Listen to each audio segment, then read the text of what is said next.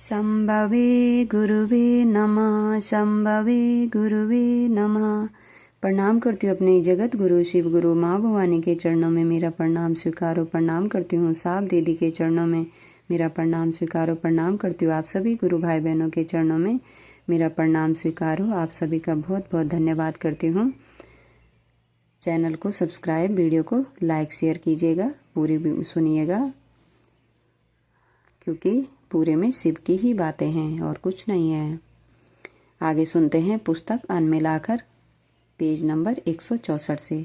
हरिंद्रानंद इतिहास के विद्यार्थी रहे थे। आज का प्रश्न ऐसा ही था। जहाँ इतिहास को खंगालना था, वे समझाते हुए कहते हैं, वैदिक सभ्यता के पूर्व सिंधु घाटी सभ्यता के हड़प्पा एवं मोहनजोदड़ो के उत्खनन में शिवलिंग की पूजा के अवशेष मिलते हैं। महाभारत में भी लिंग पूजा का प्रचुर उल्लेख है। हम स्वीकार करने को विवश हैं कि प्राचीनतम काल से ही शिव की पूजा लिंग के रूप में चलती आई है। हिमालय के मानसरोवर और कैलाश से कन्याकुमारी तक असंख्य शिवलिंगों की स्थापना हुई है। पौराणिक दृष्टि से लिंग प्रथम प्रादुर्भाव का उल्लेख शिव पुराण और लिंग पुराण में दिया गया है। शिवलिंग और ज्योतिर्लिंग पर इनकी जानकारी से सभी हतप्रभ थे। अब बारी थी कि क्यों शिवलिंग पर हजारों साल से जलार्पण होता आया है। सावन माह में अनगिनत लोगों के द्वारा जलाभिषेक किया जाता है। वे बोल बम का उच्चारण करते हैं। जैसे ही साहब ने बोल बम कहा, एक साथ 2-4 लोग बीच में ही बोल पड़े, अच्छा सर, शिवलिंग पर जल चढ़ाने वाले कांवरिया लोग बोल बम क्यों बोलते हैं? लोगों के बीच से उछलकर आए सवाल पर ये कुछ सेकंड के लिए रुके पर हंसते हुए कहा, अरे भाई, बम शब्द जल का बीज मंत्र है। वम है जिसका लोगों ने ठेठ भाषा में उच्चारण ही बम कर दिया है। वैसे अब बम का अर्थ महादेव ही माना जाता है। जैसे पृथ्वी तत्व का बीज मंत्र लम है, वायु का बीज मंत्र यम है, अग्नि का बीज मंत्र रम है और आकाश का बीज मंत्र हम है। यह मान्य है कि मनुष्य के जीवन में 5 तत्वों की भूमिका है।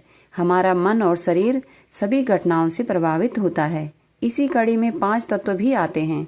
शरीर क्या, अपितु संसार ही आता है।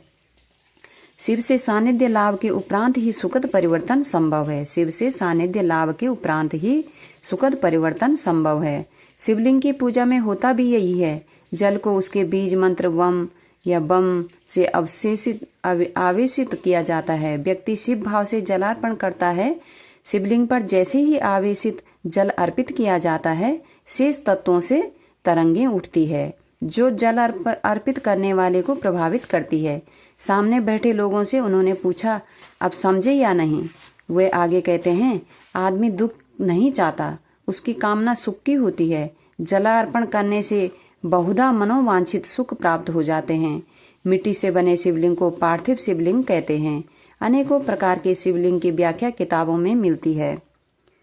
साहब बताते हैं कि शिवलिंग की पूजा हमारे संस्कारगत गुण है, जिसे हमारी सभ्यता और संस्कृति ने हमें विरासत के तौर पर सौंपा है।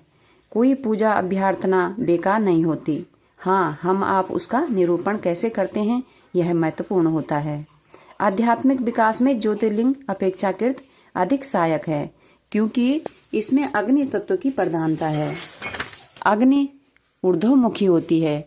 आप मोमबत्ती को जलाकर उल्टा दे तो भी लौ ऊपर की ओर जाएगी। अपनी बात को खत्म करते हुए वे कहते हैं कि लिंगार्चन में सामग्रियां और साधन जुटाए जा सकते हैं, किंतु शिव भाव के लिए शिव के गुरु स्वरूप से जुड़ना ही एकमात्र विकल्प है। चर्चा समाप्त हो गई। अरुण अपनी बातों को लेकर फिर शुरू थे।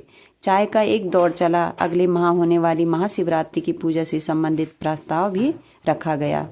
सभी प्रसन्न हो गए। कुछ मिनट पहले की ही बात चरितार्थ हो गई कि पूजा पाठ तो हमारे संस्कार में है। इसके लिए दीदी के साथ हरि काका और कुछ अन्य लोगों ने मिलकर एक आयोजन समिति का गठन किया। महाशिवरात्रि की तैयारियां जोर शोर से चलने लगी। अपने गुरु सहित साहब दीदी के चरणों में मेरा प्रणाम। आप सभी भाई बहनों को मेरा प्रणाम। आज के लिए इतना ही। इससे आगे कल सुनेंगे।